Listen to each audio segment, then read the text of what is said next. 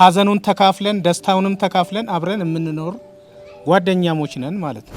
በኔ ዘመድ በነበረ ጊዜ ክትፎ 50 ሳንቲም የሚሸጠው ምኞቴን ከማጠንኩት እንደራስ ካደረኩት ከበቃሁ ስለጉርሲ እንዳቅም እንደኪሲ በ65 ብር በገዝተው ነው ያበሉን። አንዱ በጥፊ ሲመታኝ ነው በቃ ያወቁት። ምን አባ ተቀብተ ነው መጀመሪያው አውቶማቲክ ከ26 ዓመት በፊት ከሌላ ምድር ላይ ያመጣ በ6 ወር ነው በመናምን የመጀመሪያውን ሞባይል ፈረንሳይ ላይ ያሳይቻቸዋል። ጥግ ጥጉን ይዘው ይጠብቁናል። ተኩስ ተጀመረ። ውረዱ ተባልናኛ ዲሽ ውስጥ ገባን። እንትን ውስጥ በየቁጥቋጦ ስር አስተኙንና ቆርቆሮም በኤሪያል ታጥባለች።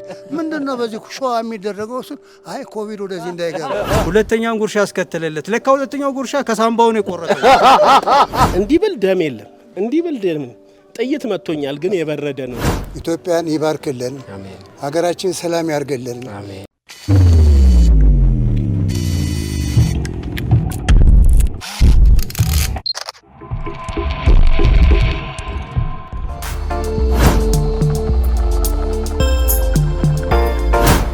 ከዓመት ዓመት ተሸጋግሮ በሕይወት ኖሮ እቅድ ሰምሮ ትልቅ ሆኖ በእድሜ ገፍቶ ሲሳይ አይቶ ወልዶ አፍርቶ ባህር ማዶም አገር አይቶ በምድር ሲኖር ምኞት በስቶ ግና እንደ ጤና ምን ተገኝቶ ጤና ሲኮን እንደዚህም ሰብሰብ ይባላል።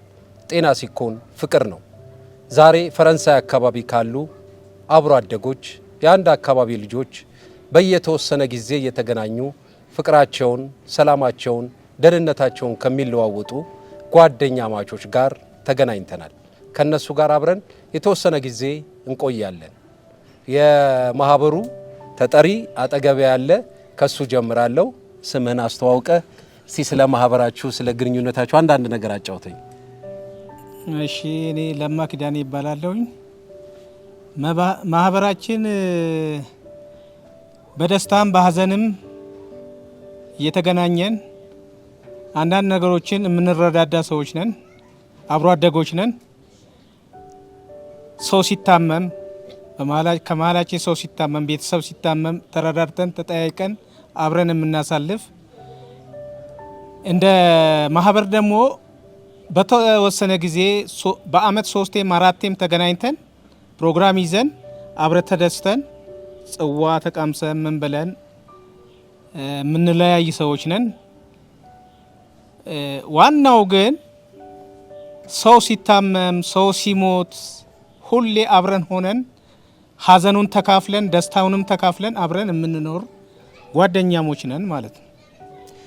አሁን ያሉት አባላት ብቻ ነው? ዛሬ ያልመጡ ያልተገኙ አሉ? በብዛት የወቅቱ የሰርግ ወቅት ስለሆነ ከመሀላችን የቀሩ ብዙ ልጆች አሉ። ወደ ተለያየ ጥሪ ሄደው የቀሩ ሰዎች አሉ። ሊመጡም ይችላሉ። እየጠበቅናቸው። እዚህ አንድ ቦታ ላይ ነው ሁሌ የምትገናኙት ወይንስ ቤት ለቤት ትዟዟራላችሁ? እንዴት ነው ግንኙነታችሁ? እንደ ሁኔታው ይለያያል። አንዳንዴ በብዛት እዚህ ቦታ ላይ እንገናኛለን። ሁለተኛ ግን በየቦታው በየቤቱ በእያንዳንዱ ቤት እየዞን እንገናኛለን። ያው እንግዲህ መቼም ያው እንደ ቁጥራቸው መጠን የሴቶች ተሳትፎ አነስ ቢልም አንድ እህታችን አለች። ሁሉም በተለያየ የስራ መስክና በተለያየ ሙያ ላይ ነው ያለው። እንደ ሙያቸው እንደ ስራቸው አጋጣሚ እንግዲህ እየተጨዋወትን አብረን ነው የምንቆየው። ከዚህ በመቀጠል ደግሞ ሌላው ማህበር ውስጥ እዚህ የግንኙነት እንትን ውስጥ ያሉ በተለያየ ሙያ ላይ ነው ያሉት።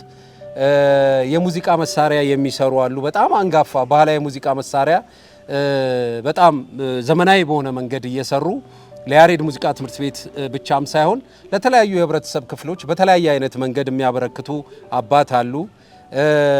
የራሱን ነጠላ ዜማ ሰርቶ ለሙዚቃ አድማጭና ተመልካች ያደረሰ ወንድማችን አለ። ሌሎችም አሉ። ወደፊትስ ምን ለመስራት እንዳሰቡ እየተነጋገርን አብረን ነው የምንቆየው። ስሞትን እስቲ አስተዋውቁን። ማን ልበል? እኔ መቶ አለቃ ተስፋ ኃይሌ ይባላለሁ። እንግዲህ እንደሰማሁት ከሆነ በርካታ የሙዚቃ መሳሪያዎችን በመስራት እጅግ በጣም በተዋበና ባመረ ሁኔታ እንደውም አንዳንዶች ሲነግሩኝ እርሶ ጋር ለማሰራት ወረፋ ለማግኘት ሁሉ የሚቸገሩ ያህል ነው የሰማሁት። ስራዎት ደግሞ እጅግ በጣም ድንቅና የተዋበ ነው። በዛም ደግሞ ከያሬድ ሙዚቃ ትምህርት ቤትም የምስክር ወረቀት እንደወሰዱ ነው የሰማሁት። ወደዚህ ሙያ እንዴት ገቡ? እርሶ የሙዚቃ መሳሪያ ይጫወታሉ? እንግዲህ ከመጀመሪያ ጀምሮ ከህይወት ታሪኬ ለመናገር ይፈቀድልኝ። እሺ እኔ 100 አለቃ ነኝ። ምንድር ጦር መገናኛ ወደ 30 ዓመት አገልግዬ ነው ጡረታ የወጣሁት። አሁን ከዛ በኋላ ሬዲዮ ጥገና የሬዲዮ ሙዚቃ ትምህርት ቤት አጠገብ ከፈትኩ። ከዛ በኋላ ያንን እየሰራው ነፍሱን ይማርና አቶ መላኩ ገላው የሚባል ነበሩ። አዎ ጋሽ መላኩ የሬዲዮ ሙዚቃ ትምህርት አስተማሪ። ከእሳቸው ጋር ሆኜ ክራሩን እየሰራው አቶ አለማየሁ ፋንታም እንደዚሁ በገናና ማሲንቆ ይጫወቱ ለነሱ እየሰራው ከዛ በኋላ ሌሎቹም እንደ ማሲንቆ የሚሰራ ነበር ሞቶላውን እነዛ ከነሱ ጋር በመሆን ያን ስራ ጀመርኩ። ከዛ በኋላ አቶ መላኩም ወደ አሜሪካን ሀገር ሄደ። ከዛ በኋላ የሬዲዮ ሙዚቃ ትምህርት ቤት የነበሩት አቶ ሰለሞን ሉሉ፣ አቶ ገብረ ዮሐንስ፣ ጌታቸው ጌሲ ሞቷል፣ እግዚአብሔር ነፍሱን ይማረውና ሌሎችም ሰዎች ለሬዲዮ ሙዚቃ ትምህርት ቤት ክራርና ማሲንቆ እንዳገር አቶ ማነው በቀለ እነዚህ እዛ ስለሚያቆኝ ክራር እንድታቀርብ ማሲንቆ እንድታቀርብ ተባለ። ለተማሪዎቹ 20 ማሲንቆ 20 ክራር አገባው። ከዛ በኋላ በዛ እየተማሩ እንዲሁ ለቱሪዝም ኢትዮጵያ ቱሪዝም ወደ 150 ማሲንቆ 150 ክራር አገባው። ይሄ በስንት ዓመተ ምህረት ማለት ነው? በእኔ ግን ጡረታ የወጣሁት በ1983 ነው። ከ83 ጀምሮ በቃ በዛው ነው የገባሁት። ለያሬድ ሙዚቃ ትምህርት ቤት የተለያዩ የባህል ሙዚቃዎችን 5-6 ነው ያገባውላችሁ እዛው እየሰራው። ከዛ ለሲሳይን በገና እንደዚሁ ሰጠው። ሲሳይን በገና ለእኔ መታወቂያ እንደውም ምስክር ወረቀት ሰጥቶኛል። ያሬድ ሙዚቃ ትምህርት ቤትም እንደዚሁ ሰጥቶኛል። እንትን የስራ ሙያው ጥሩ ነው። እኔ የሰራሁት ጥንታዊ የነበረው የባህል ሙዚቃ ከያሬድ ሙዚቃ ትምህርት ቤት ይዤ ነው የተነሳሁት እና እኔ እየሰራው አሁን ብዙዎቹ እኔ እንደማየው አሁን እዚህ ቀርቦም ሊያቀርቡ ይችላሉ። ብዙ መዘምራኖች አሉ። እነ ዘረዳዊት የሚባል እነ ብዙዎቹ ዘረሰናይ እነ አቶ ጌታቸው ማነው ዘውዶ ጌታቸው ዘውዶ አማረ እንዲሁም ብዙ ሰዎች በሙሉ እንደዚህ ዘማሪ የተባሉት በሙሉ ኢትዮጵያ ውስጥ ያሉት ያቁኛል። እንግዲህ በዛሬው ዕለት እናንተ ጋር ስቀርብ የመጀመሪያ ጊዜ ነው እና በዚህ ስራ ነው የምተዳደረው የነበረ ማለት ነው። አሁንም እስካሁን ድረስ እንግዲህ እድሜ ያው መቼስ ብቀመጥም ስለማረጅ ወታደር ስለሆንኩኝ 80 ዓመቴ ነው። በእውነት የሚገርም ነው። 80 ዓመቴ ነው። አይ የድሮ ወታደር ቶሎ አያረጅም። ለምን ስፖርት ይሰራል፣ ብዙ ነገር ይሰራል ያለ ነው። የኔም ጓደኞች ያውቁኛል። እኔ ስራዬ ሬዲዮ ጥገና ነበረ። እንደውም በ1969 ዓመተ ምህረት እንግሊዝ ሀገር ነበርኩኝ።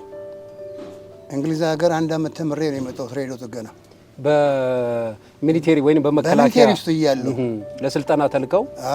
ስልጠና ተልኬ እዛ ነበሩ። ከዛ ከመጣሁ በኋላ ይሄ ሙያ አሻሽዬ እንደዚህ እየገባሁ እስካሁን ድረስ እየሰራሁ ነው። እዛ ሀገር ወደ ተለያዩ የዓለም ክፍሎች የሚሄዱ አብዛኛውን ከተለያየ ክፍል የሚሄዱ ሰዎች ይሄ የመቅረት ምናምን አይነት ነገር የለም። አብዛኛዎቹ በዚህ ዓመተ ምህረት እዚህ ሀገር ነበርኩ ሲሉ ሰማለሁ። እንዴት ነው እሱ ይሄ ነገር? እኔ ያን ጊዜ ከሚገርብ እኔ በእኔ ዘመን በነበረ ጊዜ ክትፎ 50 ሳንቲም ነው የሚሸጠው ርካሽ። ፖለቲካውም እስከዚህ ሰው ካጣ ከእንትን ከራበው ከጠማው ይሄዳል። ያን ጊዜ እስከዚህ አልነበረም። እኛ እዛ ስንማር ከኔ ጋራ የነበሩት አየር ኃይሎች ነበሩ። 6 አየር ኃይሎች ከመገናኛ 2 ነበር። ቀሩ ስንባል አንቀርም ብለን ነው የመጣን። ሀገራችን አንከዳም ብለን ያን ጊዜ ኑሮው ጥሩ ነው፣ ሁለመናው ጥሩ ነው። እኔ እንደውም አንድ ጊዜ ምንድነው መስከረም ላይ ጠርተውን ግብዣ ምናምን ላይ እኔ ትዝ አለኝ ሀገሬ። ክትፎ፣ ጠጁ፣ ቄጤማው ተገዙ ከልጆቼ ጋራ የማስታውሰው በጣም ትዝ አለኝ። ለመቅረትም አልፈለኩም። ወደ ሀገር የመጣው ሀገርን የሚያክል ነገር የለም። እውነት ነው። እና ደግሞ ያኔ በፖፕሌሽን የህዝብ ብዛቱ በጣም ትንሽ ነበር። አሁን የህዝብ ብዛት ከበዛ ሁሉ ነገር ይለወጣል። ያለ ነገር ነው። ኢኮኖሚው ይጨምራል፣ ሁሉ ነገር ይጨምራል። በመከላከያ ውስጥ ምን ያህል ዓመት አገለገሉ? 30 ዓመት አገልግያለሁ። 100 አለቃ ደርሻለሁ። 30 ዓመት አገለገልኩ። በ83 ጡረታ ወጣሁ። ይሄ የሚሰሩት የሙዚቃ መሳሪያ እነዚህ ባህላዊ ሙዚቃ መሳሪያዎች ከጊዜ ወደ ጊዜ እየተሻሻሉ እያደጉ ነው። በፊት በእጅ ወይም በትንፋሽ የሚሰሩ መሳሪያዎች አሁን ወደ ኤሌክትሪክ በኤሌክትሪክ እንዲሰሩ ለምሳሌ ክራር በኤሌክትሪክ እንዲሰራ አዲሽናል ወይንም ደግሞ ተጨማሪ አሁን ቤዝ ጊታር የሚባል ወፍራም ድምጽ ያለው እንዲህ አይነት ነገር እየተሻሻሉ የመጡበት ሁኔታ አለ። እርስዎ ወዴቱ ነው የሚያደሉት? አሁን እኔ ትራዲሽናል ነው የሀገር ባህል ነው። ለምሳሌ አሁን እቺ ክራር ነች። እቺ የመጀመሪያ እኔ አሁን ለዚህ ለማህበሩ ማስታወሻ የሰጠሁት ነው። አሁን ለእሷ መጨረሻ ላይ በርክተለት በእንጨት ነው የሚሰራው፣ በእንጨት መቃኛ። አሁን ይሄ ቀርቶ በብረት መቃኛ ሆኗል። ማሲንቆም እንደዚሁ የሚሰራው በመጠምዘዣ ነበር። አሁን ወደ እንትን ሆኗል፣ ወደ ጊታር መቃኛ አርገነዋል። ያ ነው እና በፊት የሚሰራው እኛ የምንሰራው በሳህን ነበረ። አዎ በሳህን በቆዳ ተለብጦ ሳህኑ ሙሉ ለሙሉ ቆዳ ይለብስና በሳህን ነበረ። ያንን አስቀርተን እኔ ከአንድ ቦታ ነው ገበቴ አምጥቼ ያንን ሰራው። ከዛ በኋላ ሁሉም ተከተለ፣ ያንን መስራት ጀመረ። በገበቴ ነው የሚሰራው። ጀርባውን በእንጨት አደረጉት። ጀርባው እንጨት ነው፣ ቋሚ ሁለመናው እንጨት ነው። እሱ ከዋንዛ ከቀረሮ ነው የሚሰራው እና እንጨቱ ደግሞ ገበቴው ከባይነስና ከዋንዛ ነው የሚሰራው። ያን እየሰራ ነው ያለው። ቆዳው የፍየል ቆዳ ነው፣ ማንኛውም ቆዳ አይሆንም። በገናም ሲሰራ በጥጃ ቆዳና በኮርማ እንትን ነው የሚሰራው። ያሁኑ ግን ዝም ብሎ ከገበያ ላይ ይሰሩታል፣ አይሆንም፣ ድምፅ አያወጣም። ያ ነው። ክሮቹስ? ክሮቹ ጅማት ነው የሚሆነው። የበገና ጅማት ነው የሚሆነው። 10 አውታር ያለው 10ሩም ከጅማት ነው የሚሰራው። አንዱ አውታር የአንድ ፍየል ጅማት ነው የሚሆነው። ለሱ አውታር 10 መስመር ተስቦ ተወጥሮ የሚሰራው ያ ነው። እንትን ከሆነ ይሄ ክራር ከሆነ የአሳ መጥመጃ በሱ ነው የሚሰራው እና በዚህ አይነት እንሰራለን። ማሲንቆ ደግሞ ከጭራ ነው። ከጭራ ከበሬ ጭራ ማነው ከፈረስ ጭራ ነው የሚሰራው። ያ ተወጥሮ ይሰራል። አንድ የሙዚቃ መሳሪያ ለመስራት እንደው ምን ያህል ጊዜ ይወስድብዎታል? እኔ እንግዲህ አሁን ለምሳሌ አንድ 5 ያዙኛል፣ 10 ያዙኛል፣ እስከ 20 ድረስ የሚያዙኝ አሉ። እንደንቱ ነው። ያ ቢያንስ እኔ 5ቱን አንድ ጊዜ በሳምንት ነው የምሰራው። አንድ ቀን እንጨት ታዘጋጃለህ፣ አንድ ቀን ቀለም ትቀባለህ፣ በርኒስ ትቀባለህ፣ ጎምለክ ትቀባለህ፣ ኮላ ትቀባለህ። ከዛ በኋላ ትወጥራለህ። ከዛ በኋላ እንደገና መቃኛ ይገጠማል። ከዛ በኋላ ደግሞ ፊኒሽክ ደግሞ ቫይነስ ይቀበላል። ከዛ በኋላ ሁሉ ነገር ካማረ በኋላ አሽጌ ከፈለገ ከነሻንጣው ካልፈለገ በላስቲክ አሽጎ ሰው ይወስዳል። አመሰግናለሁ። እስቲ ደግሞ ወደ ኋላ መለስ ብለን ሌሎቹን ደግሞ እንጫወታለን። እሺ ችግር ከእርሱ አጠገብ ደግሞ የማገኘው ድምጻይም መሳሪያ ተጫዋችም ነው። ቀደም ባሉት ጊዜያት የራሱን ነጠላ ዜማ ሰርቶ ለአድማጭ ተመልካቹ አድርሷል። በኢትዮጵያ አይድል በተለያዩ በምሽት ክበባት የተለያዩ ቦታዎች ላይ ሲሰራ ቆይቷል። ከሱ ጋር ደግሞ እስቲ ትንሽ እንጫወት። እሺ እኔ ስሜ ዮናስ አጽሜ ይባላለሁ። በእርግጥ በሙዚቃ ህይወት ውስጥ ለ8 ዓመታት አሳልፌያለሁ። በአንድ ውስጥም በክለብም አሳልፌያለሁ። አሁን በዛ መንገድ ውስጥ ባልጓዝም ያው የተለያዩ ስራዎችን ሰርቼ አልፌያለሁ። ነገር ግን አሁን የዚህ ማህበር አባል ነኝ። ብዙ ጊዜ ከዚህ ማህበር አባላት ጋር አሳልፌያለሁ እና ብዙ ስራም ብዙ ነገሮችንም አሳልፌያለሁ ከዚህ ጋር። ያው በደስታም በሀዘንም አብራችሁ ናችሁ። በደስታም በሀዘንም በተለያየ ነገር አብረን አብራችሁ ናችሁ። በጣም ደስ ይላል። ወደፊትም እንድትኖሩ እግዚአብሔር ጸጋና በረከቱን ያብዛላችሁ። ለአድማጭ ተመልካች ያደረስከው ስራ እስቲ ምንድነው? እስቲ አስታውሰን። ነጠላ ዜማዎች አሉ፣ ግን እሱ በኦዲዮ ነው እንጂ ክሊፕ ያለው የለም። በኦዲዮ ያለ በድምጽ ማለት ነው። በድምጽ ያደረስከው ታላቁ ቁም ነገር የሚል አለ። እሱ ዝም ብሎ ኦዲዮ ነው። ከዛ ውጪ የመጀመሪያው የአይዶል ተወዳዳሪ ነኝ። እዛም ላይ ብዙ እስከ መጨረሻው 10 ደረጃ እስከ ለመድረስ ነው የወደኩት ማለት እንጂ አለው እስከ መጨረሻው። በዛ ሚዲያ ላይ ምናልባት የማግኘት እድሉ አለ እንጂ ከዛ ውጪ ኦዲዮ ነው ያለኝ። አዎ በድምጽ የሰራቸው ስራዎች ለአድማጮች አድርሳል። እስቲ አንዱን እስቲ በድምጽ አስታውሰን። ወጉ መለሱ ላይ ነው ክፉን በደጉ የሚል ግጥሙም የወንድሙ ኃይሉ ነው የሸገሩ። አዎ በተረፈ እንደው ለወንድሜና ለእህቴ ጋብዝልኝ ካልክ እንደዚህ የጎኔ ባላ ማገር ልልህ እችላለሁ። በጭብጨባ አንተም በሉት እንጂ ለወንድሜና ለማህበሩ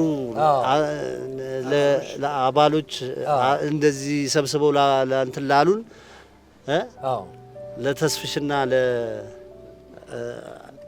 ለመቅደስ የጎኔ ባላ ማገር ስላንቺስ ምን ልናገር አይገልም አይጎልም እንጎቻሽም ሲጋገር ከደሜ የተገኘሽው ትርፌ ግምቴ ያኮራል ይሞቃል ባንቺ ይደምቃል ቤቴ አልጥልሽም አልንቅሽም ካፈራሽ ጉልበቴ ምኞቴን ከመጠንኩት እንደ ራስ ካደረኩት ከበቃሁ ስለ ጉርሴ እንዳቅም እንደ ኪሴ ይበቃኛል።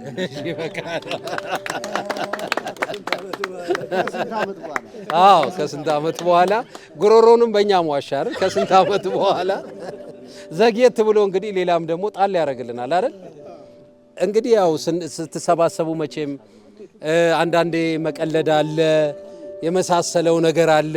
መቼም ከናንተ ከተሰባሰባችሁት መሃል በተንኮል ወይንም በቀልድ የሚታወቀው ማን ነው?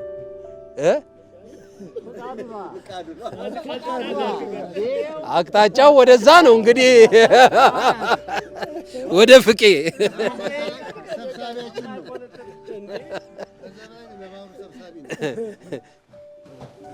ያው እንግዲህ አመሰግናለሁ። ፍቃዱ ደስ ይባላለሁ እና ያው እኔ ተንኮለኛ አይደለሁም፣ ግን እንደ ተንኮለኛ ነው የሚያደርጉ። አዎ የማህበሩ ሰብሳቢ ነን። አንተ ተንኮለኛ አይደለህም? አዎ ምስክር እዚህ ውስጥ አለ። አዎ እንዴ ምን ያው ተስፋ ወንድሜ ያለ ምን ተንኮለኛ እንዳለ እንዴ እኔ እኮ መሰክራለሁ። እሺ ካልክ እንግዲህ ልጋብዝ ብለህ ጠርተኝ አስከፍለኝ እኮ ወጥቻለሁ። እንግዲህ ምን ላድርግ አንዳንዴ ተንኮልህንማ እኔም እመሰክራለሁ። ያው መቼም ትልቅ ደስ የሚል ነው ማህበራችን። ቢያንስ ከ30 ዓመት በላይ ነው። በህይወት የተለየ ማንም ሰው የለም። ደስ የሚለው ሁላችንም እንዳለን ያለ ነው። ቢያንስ ከ35 ዓመት በላይ አብረን ያለ ነው። ከልጅነት ጀምሮ ማለት ነው? ከልጅነት ጀምሮ እንደ የመጀመሪያውን በግርድ እንደውም አቶ አለማያ ያውቃሉ በ65 ብር በገዝተው ነው ያበሉን። 65 ብር። አዎ ቀበሌ 07 ውስጥ ይሄ ውሃ ተቆፍሮ የወጣበት እዛ ተቀጥረው እዛች ውስጥ ነው የበላናት። አንራሳት ለመጀመሪያዋ እና ደስ ይላል። ያው አንዳንዴ ደግሞ ያው በተንኮል መቼም የታወቀ ነው። አብረን ያደግነው ይሄ ወንድሜ መቼም እሺ ለሱ ያላረኩለት ነገር የለም። እስቲ ንገረን፣ ምን አረክለት? እስቲ እንደዚህ እንዲወፍር ያረኩት እኔ ነኝ።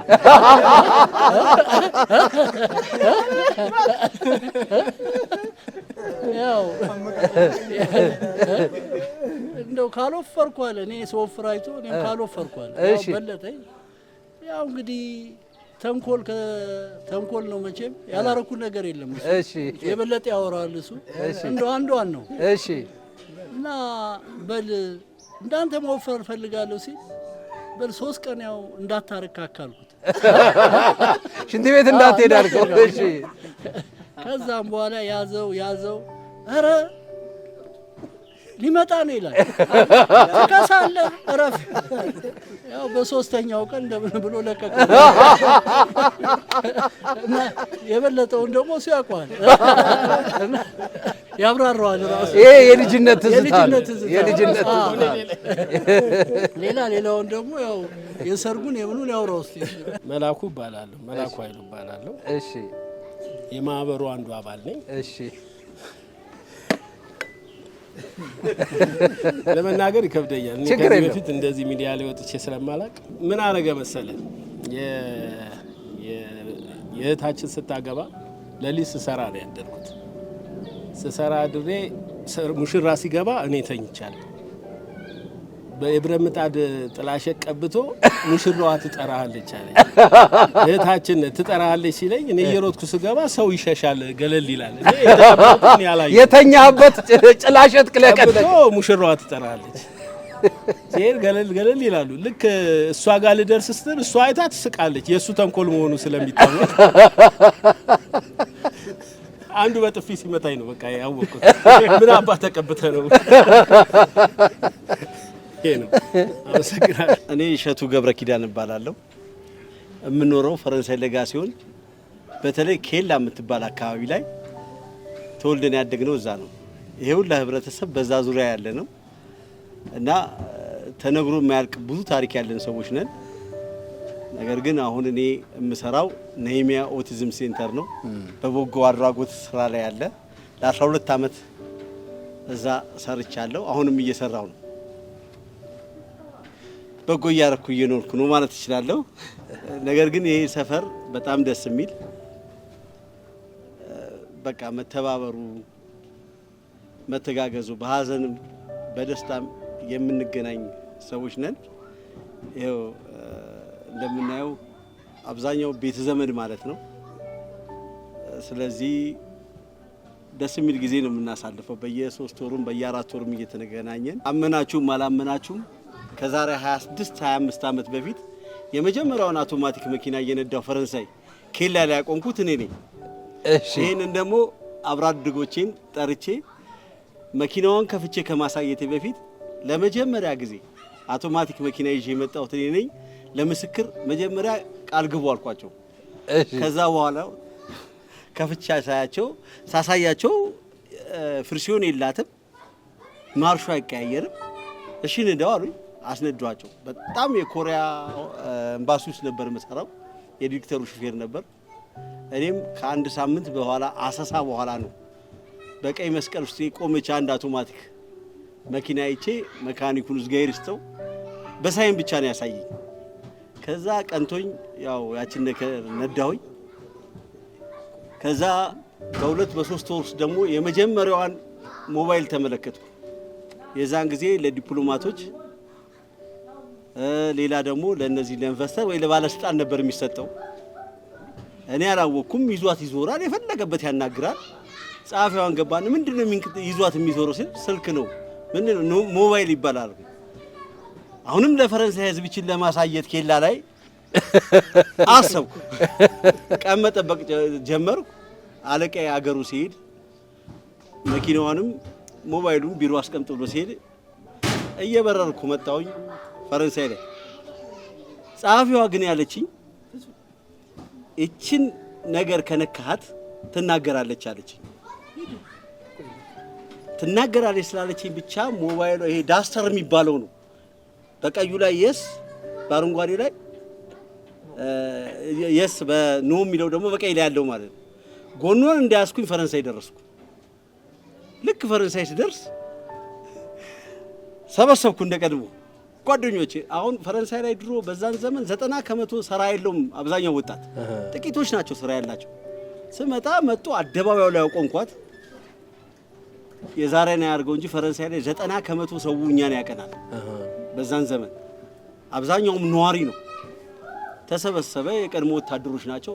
ቲሽ ሬዲዮን ይዘህ መጥተህ ደግሞ ምንድነው የምትለው? አረ ሞባይል ማለት ምንድነው አለ። ለካ አሁን ነው ያወቅነው በቅርብ የሞባይል ማለት ተንቀሳቃሽ ስልክ ማለት ነው። ስለዚህ አረ ይሄ ሬዲዮ ነው፣ አረ ድንካው በግማሽ መስታወት ከፈትኩና ይሄው ሞባይል ነው። አሁንም እንደ አውቶማቲኩ ለመጀመሪያ ጊዜ ሞባይል ፈረንሳይ ላይ ያሳየኋችሁ እኔ ነኝ። ስታቁት ሞባይል መሆኑን ታውቃላችሁ፣ ግን ዛሬ ተመልከቱ አልኳቸው። አሳየውኝና በመጣ እግሬ እየበረርኩ ወደ ቢሮ ለማሳየት መጣ። እንደዚህ ብቻ ጎኗን ይዤ ነው ያሳየሁት። ይናገራል ተብያለሁ። ከነካው ይናገራል። ስራህን ማጣት ከፈለክ ንካው መሀሉን ተባለ። ከዛ ቢሮ ነው ያስጠነቀቁኝ። እንደዛችሁ እንዳያስኩኝ ወስጄ ቁጭ አለ።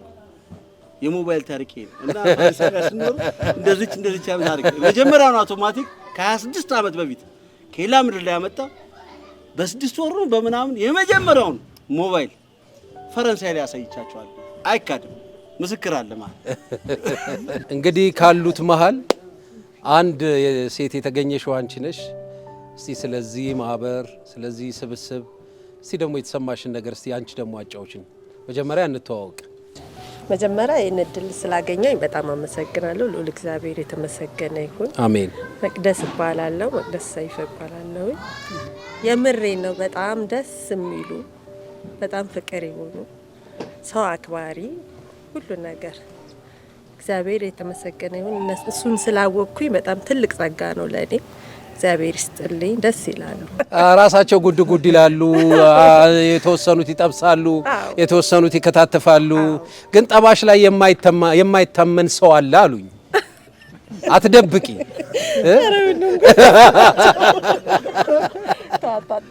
ግድ የለሽም፣ አይዞሽ። ጠባሽ ላይ የማያምኑት ሰው አለ አሉ።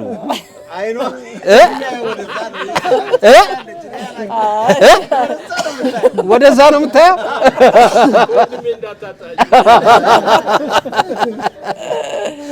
አረ ሁሉም በጣም ጥሩ ጎበዞች ናቸው። እንዲቀምሱ ሲቀርብ እሱ በቃኝ ይላል አሉ። በመቅመስ ጨርሶ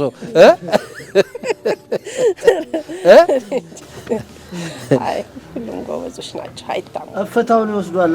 አትናገር ሁሉም ቀማሽ ናቸው አይደል? እሺ ለተስፋዬ ስጪው። ፍቅራችሁን በዚሁ ልዑል እግዚአብሔር እኔ ሳልሆን እግዚአብሔር ተጨምሮ ያስፋው። አሜን። ያመት ሰው ይበለን። አሜን። እግዚአብሔር ይስጥልን። አሜን አሜን። ራስጥልኝ እንግዲህ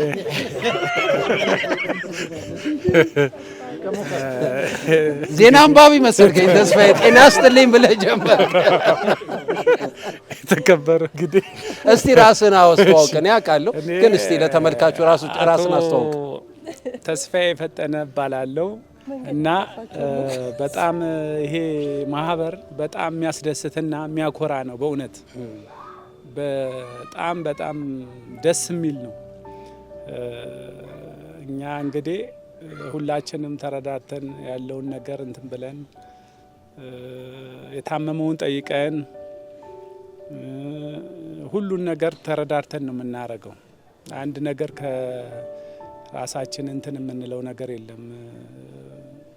በጣም ጥሩ ሰዎች ናቸው። በጣም ከትልቅ በላይ ክብር ያላቸው ሰዎች ናቸው። እንደው እንደዚሁ ዝም ብለው እንትን የሚጠሩ ሰዎች አይደሉም በእውነት። እና ይህን እድል ስላገኘን በጣም እግዚአብሔርን አመሰግነዋለሁ። ስለ እውነት ዳንኤልን በጣም እግዚአብሔር ያክብርህ፣ ቤተሰብህን ይባርክልህ። ይህንን ፕሮግራም አዘጋጅተህ እንደዚህ ታሪክ ለማቆየት ያበቃሃን ከመቀመጫ የተነስቼ አከብርሃለሁ። እግዚአብሔር ያክብርልኝ። አመሰግናለሁ። እና በጣም ትልቅ ነገር ነው። እኔ መቼስ ምንም ማለት አልችልም። ስለዚህ ስለሆነ እግዚአብሔር ያክብርልኝ ብዬ ነው በላ። አሜን አሜን። እግዚአብሔር ያክብር። ተመልካቾች እንግዲህ እዚያ ያሉት በተለያየ ሙያ ላይ ያሉ ሰዎች ናቸው። ዛሬ አዳኙ ሊታደን ነው። ከተስፋዬ በመቀጠል የምታዩት ወንድማችን በኢትዮጵያ ብሮድካስት በጣም አንጋፋ ካሜራማን ነው። እሱ ዛሬ በካሜራ ሰዎችን ሲያድን የተለያዩ ነገሮችን ሲያድን ነው የኖረው። ዛሬ ደግሞ እሱ ሊታደን ነው። እስቲ ስምህን አስተዋውቀን። ስሜ ኢሳያስ አየለ ይባላል። እንዳልከው በኢትዮጵያ ብሮድካስት ካሜራማን ነኝ። የሶስት ልጆች አባት ነኝ። በጣም ደስ ይላል። ይሄ ሙያ ከኢትዮጵያም ሆነ ከኢትዮጵያ ውጭ ብዙ ቦታ ላይ የሚያደርስ ነው። ለተመልካች የሚቀርቡ ስራዎች ጠቅላላ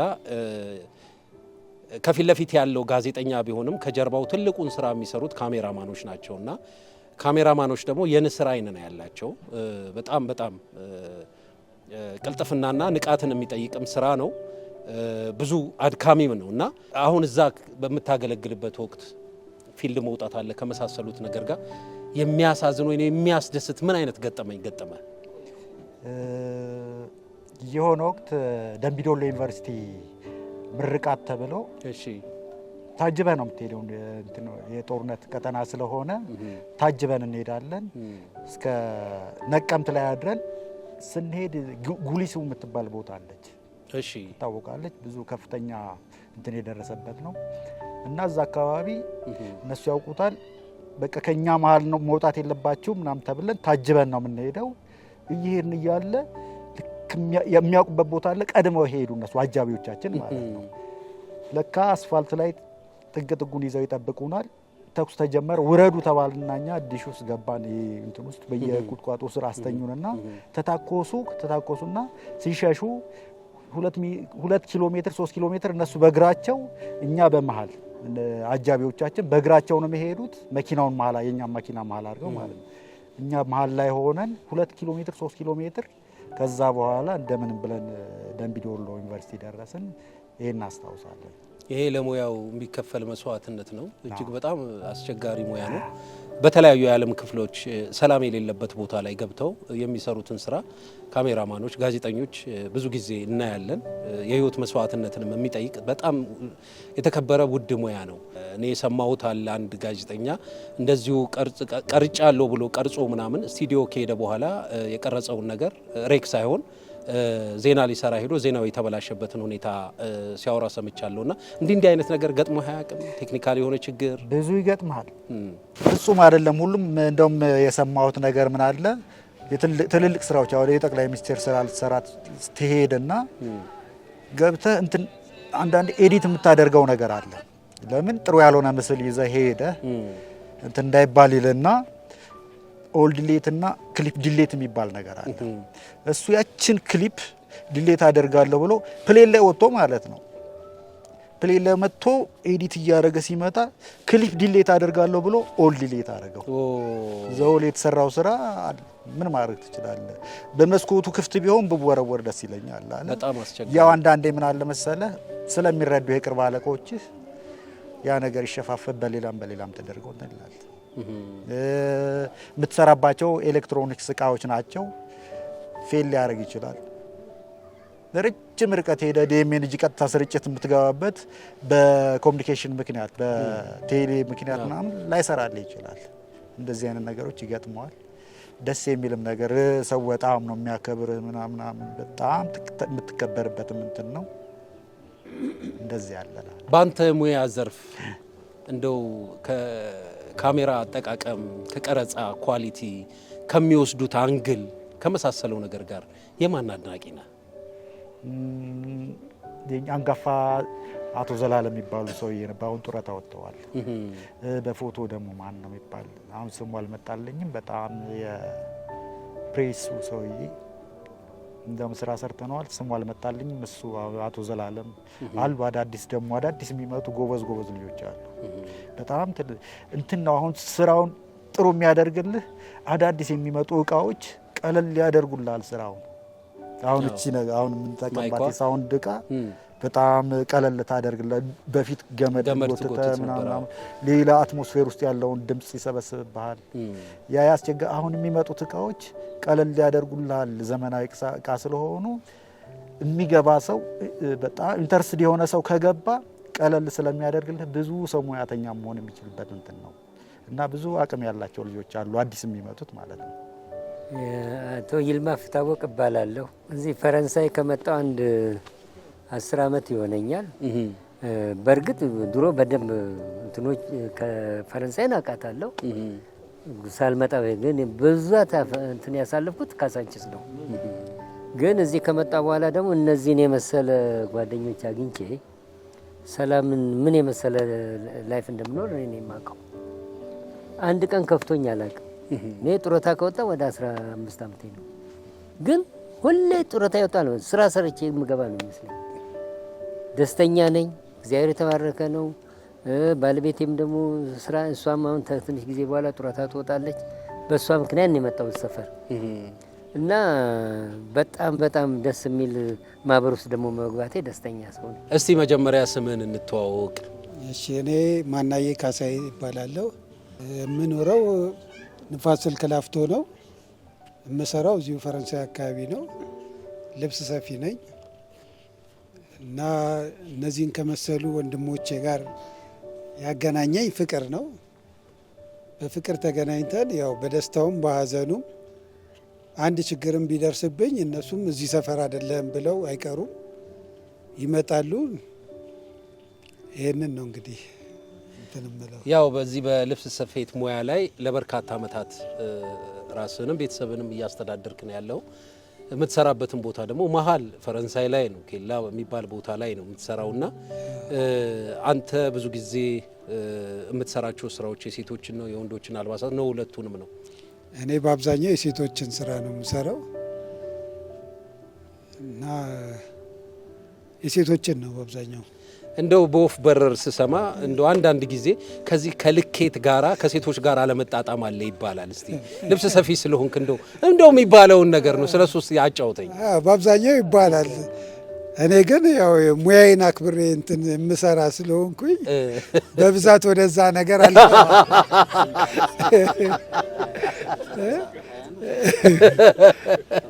ስለዚህ ያው ብዙ ገጠመኞችም ይኖሩ እኔ ወደዛ ነገር እንኳን ብዙም አልሄድም። እስቲ ገጠመኞችን አጫውተኝ እስቲ። በልብስ ስፌት ላይ መቼም ማት ገጠመኝ አለ። ለምሳሌ የሆነ ፕሮግራም ይኖራቸውና ለዚህ ቀን አድርስልን ይሉሃል። በዛ ቀን ላይደርስ ይችላልና መጋጨት ምናምን የመሳሰለው ነገር ይመጣል።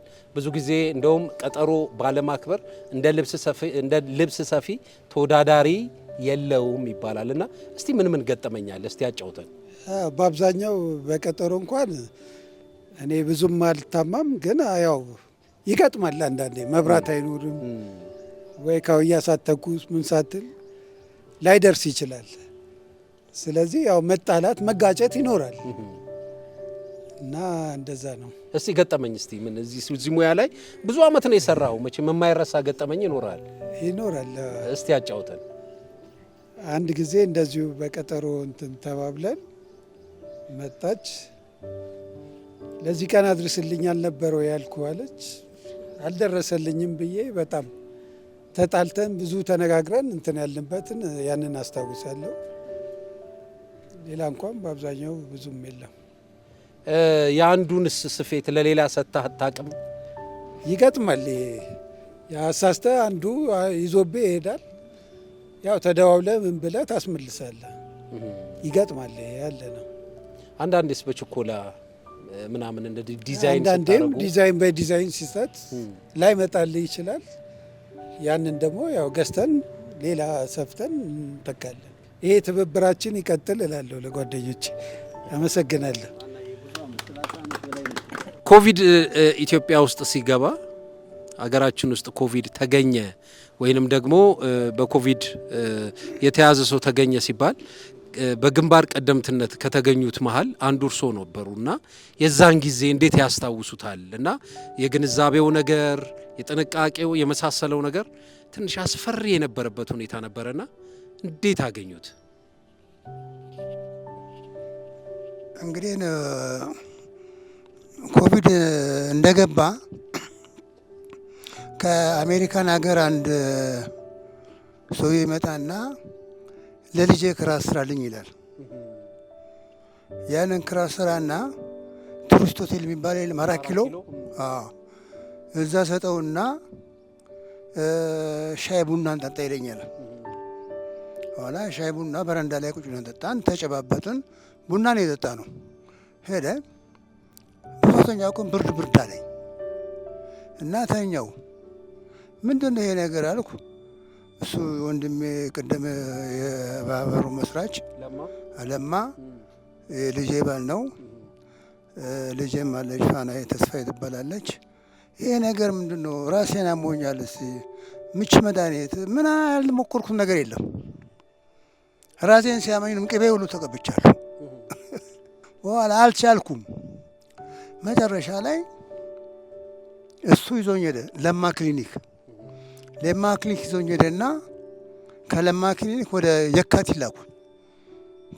ከየካቲት እኔ ወደ ተላክም ኮተቤ ሄድኩ።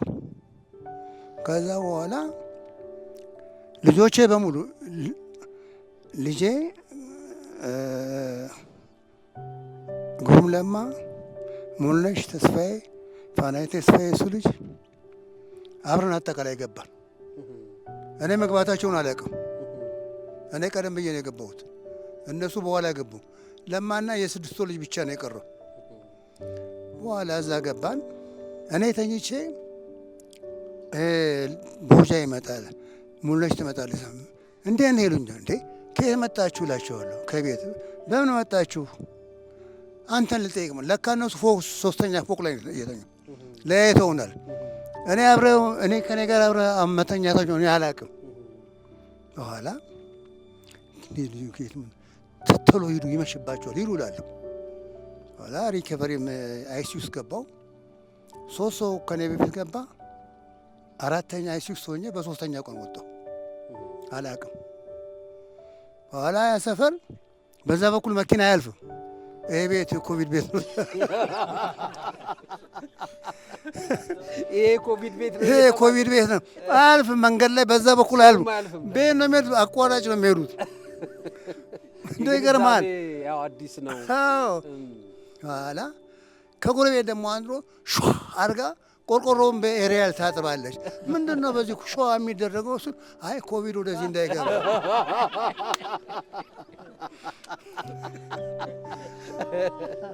እሺ፣ በጣም ይገርማል።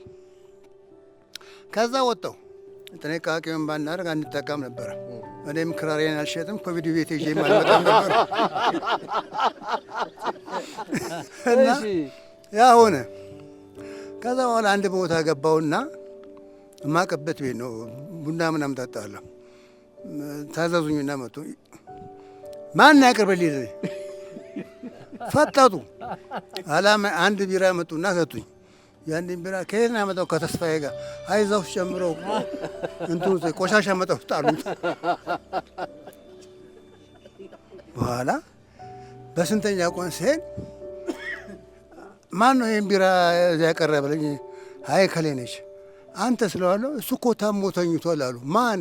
እንደ የት? እዛው ሆስፒታል እንትን ሆቴል ውስጥ ገባውና አበበ ይባላል። አበበ ምን ሆንክ? አሞሃል? አዎ እንደው ብር አለኝ ኮቪድ ይዞኛል ልስጥህ። ኧረ ግድ የለም ጋሽ ተስፋ ይስተኛል።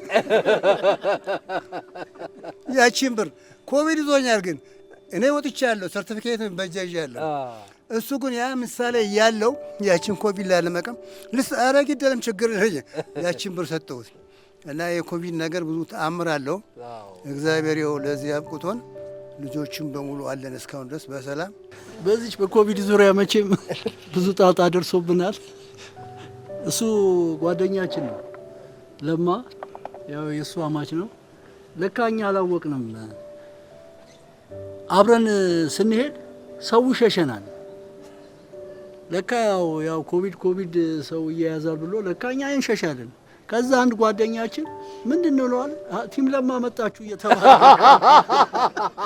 በለማ ስም እንዴ ቲም ለማ መጡ እየተባለ ሰው ጥግ ይዛል። እኛ ደግሞ ደህና ነን ብለን እንሄዳለን። ቲም ለማዎች መጡ ይባላል።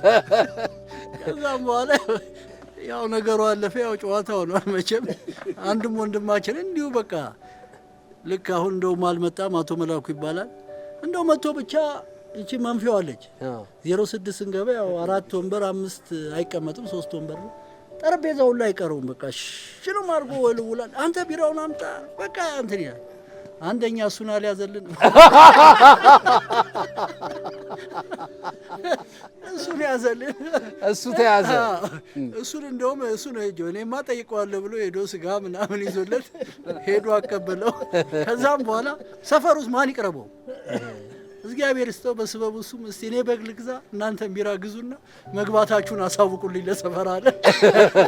እኛም አንድ በግ በስበቡ በላን ገብተን ሰው ከዛ ወዲህ ቀረበው እሱ እና ይችና ስለ ኮቪድ ብቻ። እኔ ያው ዳዊት ነገው እባላለሁኝ የዚህ ማህበር ያው አባል ነኝ። ምናልባት ቀደም ሲል ብዙ ሀሳቦች ተነስተዋል በዚህ ማህበር። ይሄ ማህበር ብዙ ወንድሞቼ እንደገለጹት ነው። ነገር ግን ምናልባት አልተጠቀሰም ብዬ የማስበው ምንድን ነው፣ እኛ በግንኙነታችን ውስጥ የመረዳዳት የመተሳሰቡ ነገር እንዳለ ሁሉ ስፔሻሊ በዓላት ምናምን በሚመጡ ሰዓት በወንድማችን አቶ አለማየሁ ቤት ውስጥ ያው የእርድ ስነ ስርዓት እናደርጋለን። ያው ራሱ ከዚሁ ከማህበር ውስጥ ማለት ራሳችን ገዝተን አራጃ ምተን በዓል በደረሰ ቁጥር ያው ራሳችን እንዳቅማችን ገዝተን እንከፋፈላለን ሁልጊዜም ማለት ነው። በተጨማሪም ያው የራሳችን በግሩፕ የፈጠርነው ቴሌግራም ቻናል አለን። እንኳን አደረሳችሁም ይሁን የተለያየ ሀሳቦችን ደግሞ የምንጋራበት ቴሌግራም ቻናል አለን የራሳችን። በዛ ሀሳባችን እንገልጻለን፣ በዛም እንገናኛለን። ሌላው ምንድነው በዚህ አብሮ በማህበራዊ ህይወታችን ውስጥ ያው እንደተባለው ቀልድም ቁም ነገርም ይሰራ ያው ከተለያየ ነገር የተሰራን ሰዎች ስለሆንን ስፔሻሊ አቶ ፍቃዱ የታወቀ ነው። እዚህ ላይ አንድ ነገር ትዝ ብሎኝ ነው በቀልድ ነገር ላንሳውና የገና ወቅት ይመስለኛልና የወንድማችን ቤት ነው ሁልጊዜ ቅርጫ የምናደርገው። ቅርጫ እያረድን እያለ በአጋጣሚ ስራ እየሰራን ነው ሁላችንም። ሀሳብ ቶሎ ነው ይመጣለት የተንኮል ነገር በቃ እሱ ተሰርቶበታል። እና አንድ ወንድማችን መጣ፣ ጥሬ ስጋ የሚወድ ነው። እንደመጣ ብቻ ምንድነው ጉበቱ የት ምናምን ሲል አይ ጉበት ዛሬ የለም ተበላሽቷል ተባለና እንደው ከሽንጡ አካባቢ ቆንጆ ስጋ ቆርጦ አበላው። አይ እኔ እኮ አንተ ተንኮል ነው እንጂ እኮ ስራ አንዳንዴ የምችኛል እያለ ጎርሶ ሳይጨርሰው ሁለተኛውን ጉርሻ አስከተለለት። ለካ ሁለተኛው ጉርሻ ከሳምባው ነው የቆረጠው። ተናግሬ ሳልጨርስ ይሄንን ደገምከኝ ብሎ ያለው ወንድማችን እዚሁ መሀላችን ነው። ያው ስም አይጠራ እሱን አረሰውምና ይሄን ለማለት ነው። እንደዚህ የእርድ ከብት ስትገዙ ለገበያ ምናምን ስትሄዱ እንደው ከማከላችሁ የማይታመን ሰው አለ ይባላል። እስቲ ስለሱ አጫውተኝ። ያው እሱ የታወቀ ነው። ሁላችንም የየራሳችን እንትን ስላለ ተጠባብቀን ነው የምንሄደው። ፊትና ኋላ እንኳን አንሄድም፣ ጎን ለጎን ነው። ምክንያቱም ራቅ ብሎ በእግሩም ጽፎ ሊበላን የሚሞክር ሰው ስላለ እሱን ጠብቀዋለን እንደ ደጀን ከኋላ። ስለዚህ እኛ በሱ ጉዳይ እሱም ስለሚያውቅ አይሞክረው። ከነጋዴው ጋር በእግሩ ጽፎ ይግባባል። የታወቀ ነው።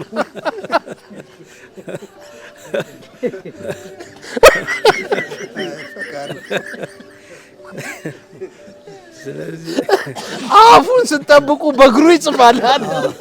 ማምለጫው ብዙ ነው። ስለዚህ እንጠብቀዋለን። አዎ እሱ በጣም ተንኮለኛ ነው። ግን አንድ ጊዜ መኪና ሞተር አስነስቶ ስጋ ሊገዛ ወርዶ ሳይ ሰው መኪናውን ይዞበት ሄዶ ወደ ምን ቀየራችሁት ነው የተባለው። እስቲ እሱን አጫውቱኝ። እሱ ነገር የሆነው ምንድነው የመኪናው ሞተር ሳያጠፋ ስጋ ቤት በር ላይ ቆሞ ስጋ ይደራል። መቼም እሱ ስጋ በጣም ስለሚወድ ስጋ ቤት በር ላይ ሆኖ ከቆራጩ ጋር ይከራከራል። መኪናው ሞተሩ አልጠፋም። በቅርበት ያው ይሄን ጉዳይ የሚያቅሰው መኪናው ሞተሩ እየሰራ ስለነበረ ላፍ አርጎ አስነስቶት ሄደ ማለት ነው። እያየ ወይኔ ይዞት ሄደ። አረ መኪናዬን ይዞት ሄደ፣ ምን ልበላቸው ምን ልንገራቸው እያለ መሀል ላይ ጮኋል አሉ። መሀል አስፋልት ነው። ምን ብዬ ላወራ ነው እያለ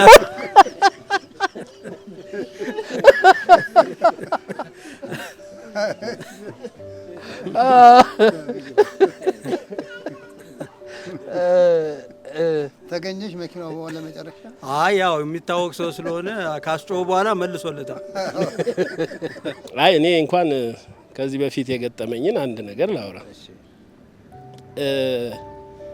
ጣሊያን ምሽግ የሚባል አካባቢ ላይ ወንዝ ዳር ሾላ አለ። ሾላ ዛፉ ላይ ወጥተን ሾላ እየበላን ከተማሪዎች ጋር ገጠመኝ። ከኛ ትንሽ ራቅ ብሎ ደግሞ ጥይት ይተኮሳል። ጥይቱ ወደኛ የተተኮሰ መስሎን ከሾላ ላይ የመጀመሪያ ወረድኩት እኔ ነኝ። ዳገቱን እየሮጥኩ ያለሁት እኔ ነኝ። በዛች ቅጽበት የሆነ ተንኮለኛ ልጅ ጭንቅላቴን ይመታኛል በድንጋይ። ፍጥነቴ ከዛ በጣም በበለጠ እየሮጥኩ ሄድኩና ካለፍን በኋላ ዳገት ላይ ቁጭ ብለን እንዲብል ደም የለም እንዲብል ደም ጥይት መጥቶኛል፣ ግን የበረደ ነው ያልኩት። ፍቃዱ ያው እሱ ነው። እኔ አልሞት ያልኩት በሱ ነው። ብሞት በሱ ነበር የምሞት። በጣም ስለምትዋደዱ ደግሞ ጎን ለጎን ነው የምትቀመጡት። እና አህያ በጣም መጋለብ ይወዳል በጣም።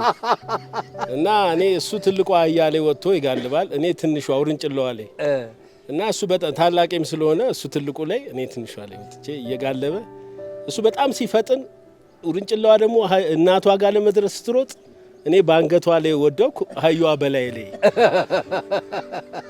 ታክሲ ነበረው እና አሳጥቧት ይመጣና ካንዴላዋን ጫን አድርጋ ያዝልኝ አልነሳ ብሎኝ ነው አለኝ። እሺ እኔ ካንዴላዋን ጫን ሳረግ እሱ ቁልፉን ሲያስነሳ ኤሌክትሪክ እኔን ይዞኝ የመኪና ድምጽ ወጣ። ከባድ ነበር ብቻ እና በሚሄደው ኤሌክትሪክ እንትን ቮልቱ በጣም ከፍተኛ ነው፣ እስከ መግደል ሊያደርስ ይችላል። ጎንደር ለስራ ሄጄ ነው። እሺ ለስራ ሄጄ ወደ ጎርጎራ የእምቦጭ አረም ለማረም እዛ ሄደን ነበር በድጋፍ። እዛ ገብቼ ጭቃ ያዛት መኪናዋ። አንተ ያስካት መኪና? እኔ ያስኳት መኪና ጭቃ ያዛት። ነጭ ባህ ድንጋይ ስለሆነ እዛው ትዞራለች እንጂ አትወጣም። እና መሸ፣ ወደ 5 ሰዓት ሆነ። እዛ አካባቢ ያሉ ሰዎች በአጠቃላይ መሳሪያ ያላቸው፣ አይ ይሄ ነገር ሴጣን ይዞት ነው፣ ሴጣን ለማስለቀቅ ደግሞ ጥይት ይተኮስ ተባብለዋል። እኔ አልሰማውም። እኔ ጭቃ እየጠረኩ እንዲህ ጭቃ ከምር ያለው እዛ ሁሉም በአንድ ጥይት ሲተኩስ እዛ ያወጣው ጭቃ ላይ ለጣልኩ። እዛ ሰዎቹ ጥግብ ብሎ ተኩሰው ሲጨርሱ እኔም መፈለግ ጀመሩ። እዛ ስሜን ሲጠሩኝ አቤት እላለሁ። እንዴ አንተ ግመኛ ነገር ነህ እንዴ ብሎ ጭቃ ስቼትን ሰው አስታውሳለሁ። ፈሪ ነው ወይ ለማለት ነው። እኔ ስሜ አለማየሁ ገብረ ኪዳን ይባላል። የዚህ ሁሉ ጸጉረ ልውጥ ማመጣ እኔ ነኝ። የዚህ ሁሉ ማህበር መስራች እኔ ነኝ በአብዛኛው ማለት ይቻላል። ቅድም በ60 ብር ምናምን ስጋ ይባላል ተብሎ በቃ ያኔ የተጀመረው የዛሬ ኦልሞስት 35 ዓመት ምናምን ሊሆነው ነው። በዛ ጊዜ ጀምሮ ስቲል ነው አለን። የጎደለ ሰውም የለም። ሁላችንም በህይወት አለን። ሁላችንም የልጆች አባት ሆነናል። ወደ እርጅናውም እየተጠጋን እግዚአብሔር የተመሰገነ ይሁን። በተረፈ እንደው ከነሱ ጋር አብረህ ስትኖር ምን ገጠመኛለህ? ይሄ መከረኛ ፈቃዱ ተንኮለኛ ነው። ድሮ ይኸውልህ ገጠር ሪፈር ይባልና ይመጣሉ። አሁን ነፍሱን ይማረውና ሀብታሙ እዛ ማዕከላዊ ዝም ይሰራል። እንግዲህ የገጠር ሕክምናም ያው ብዙ አቅም ስለሌለው አሁን እሱ ይሻረክልና ከዛ ጋር ምን ያስወጋቸዋል መሰለ? ዲፕሮን ነው የሚወጋው እዚህ ከበደ ጋር። እነሱ ከዛ ገንዘብ ጭነው ነው የሚመጡት። ያንን ማዕከላዊ እዚህ ያስወስድና የተወሰነ ምርመራ ካስደረገ በኋላ ሌላ መድኃኒት አይወጉም። ያንን ዲፕሮን ሲወጉ በቃ ተሽሏቸው ወደ ሀገራቸው ይሄዳል። ያው የተቀረው የዛን ጊዜ እንግዲህ ገንዘብም እንደ ልብ ስለማይገኝ እነሱ የሚይዙትን ገንዘብ ያው ተቀራምቶ እነሱም ወደ ሀገራቸው ይሄዳል ተሽሏቸው። እንደው የዚህ የሕክምናውን ነገር እንትን ስል አንዴ የሰማሁት ነገር እስቲ ከሕክምና ጋር በቆሎን ለመድኃኒት እንዴት እንዳዋልከው አጫውተን እስቲ። ሚስጥር ላውጣና ሰምቻለሁ። መቼም ያው ተንኮለኛ አድርጋችሁኛል አንዴ እና አንድ አያት ነበሩን እና ሁሌ አመመኝ ነው በቃ አመመኝ ነው። ማማ ቆይ እኔ ጋር መድኃኒት አለ ችግር የለውም አልኩና እቺ ከለር በቆሎ የለች የምትፈነዳ። ከዛም በኋላ እሷን አመጣውና አሞታል ዛሬ አው በጣም ያንቀጠቅጠኛል ምናምን። በሉ እቺን ሁለቷን እቺ ፈንዲሻ በቆሎ ናት ከለር አረንጓዴ ቢጫ ቀይ ያለች አይደል? እሷን በሉ አጡ አልኳቸው። ሁለቷን ዋጡ እንዳያኝኩ ብዬ ሁለቷን ዋጧት። ከዛም በኋላ ተኛን። ጧት እማማ እንዴት አደሩ ደህና ነው ስላቸው በስማ ትያልበኝ አደረኩ ተሻለኝ። በዛው ድነው ቁጭ አሉ። በዛው ድነው ቁጭ አሉ። በቃ ምርጥ ሕክምና ነው።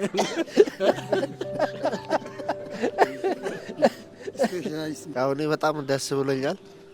በጣም ሁልጊዜ ደስ ነው የሚለኝ። እዚህ ዛሬ ይቅርታ ያው በመጀመሪያ ጠይቄያለሁ ስላቆየለ። ስሜ ብርሃን ይባላል፣ ብርሃኑ ጋሻው ይባላል። ያው ትንሽ ስራ ስለነበረች ባትቋረጥ ዝናብ ስለነበር ላይ ቆየሁት። ሁልጊዜ ደስ ነው የሚለኝ እዚህ በቃ በጣም ቤተሰባዊ ስሜት ነው በጣም የሚሰማኝ፣ ደስ የሚለኝ ነገር ነው። በጣም አመሰግናለሁ። እኔም እንደዛው ነው። ሹምዬ ከተማ እባላለሁ። ይህ ፕሮግራም በእውነት በጣም የሚገርም ነው። በጣም ደስ የሚል ለምን እስከምንገናኝ ድረስ እንጓጓለን።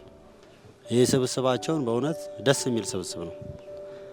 በየአመቱ ነበር ያደረግነው፣ ራቀብን ብለን በየ6 ወር አድርገነዋል። በሁላችንም ምርጫ ደስ ብሎን ማለት ነው እና አሁንም አይለየን፣ በሰላም በየ6 ወርም በየአመትም እንድንገናኝ አድርገን ሁላችሁንም እወዳችኋለሁ።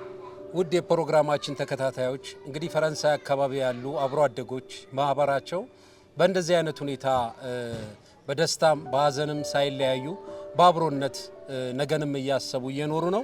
እንደነዚህ አይነት ማህበራት አሁን በጠቀስኩት አካባቢ ብቻ ሳይሆን በመላው ኢትዮጵያ እንዳለ እናውቃለን። ለአብነት እንደው መዳረሻ ቢሆን ነው ይሄንን ያቀረብ ነው።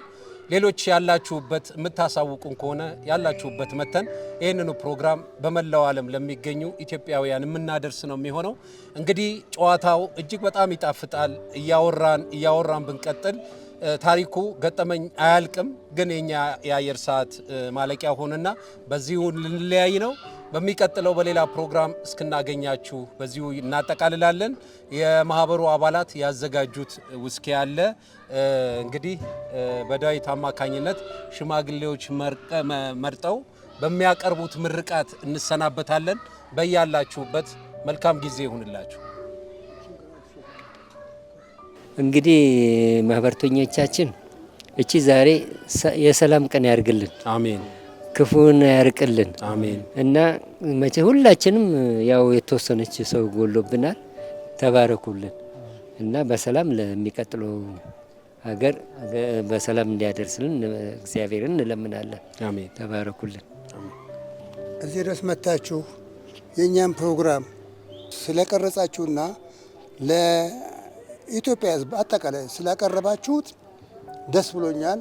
በማህበሩ ስም ምስጋና በእናንተ ስም አቀርባለሁ እና ለወደፊቱ የእኛ ብቻ ሳይሆን ለሌሎቹም ሰዎች እንደዚህ በማህበራዊ ጉዳይ ለሚኖሩ ሰዎች ብታቀርቡ ይሄ ነገር ደስ ይላል። እኔ ስመለከተው ዛሬ የመጀመሪያ ጊዜ ነው፣ አላየውም። ግን ደግሞ ወደፊት ፊልሙን አይና እንዲሁ ደግሞ ለጓደኞቹ ለሌሎች ሰዎች አቀርባለሁ እና እግዚአብሔር ይስጥልኝ፣ ኢትዮጵያን ይባርክልን፣ ሀገራችን ሰላም ያርግልን፣ ሁላችንም እንደዚህ እንዳለን አይለየን። እናንተም እንደዚሁ ልጆች ናችሁ፣ እደጉ፣ ሀገራችን ሰላም ያርግልን።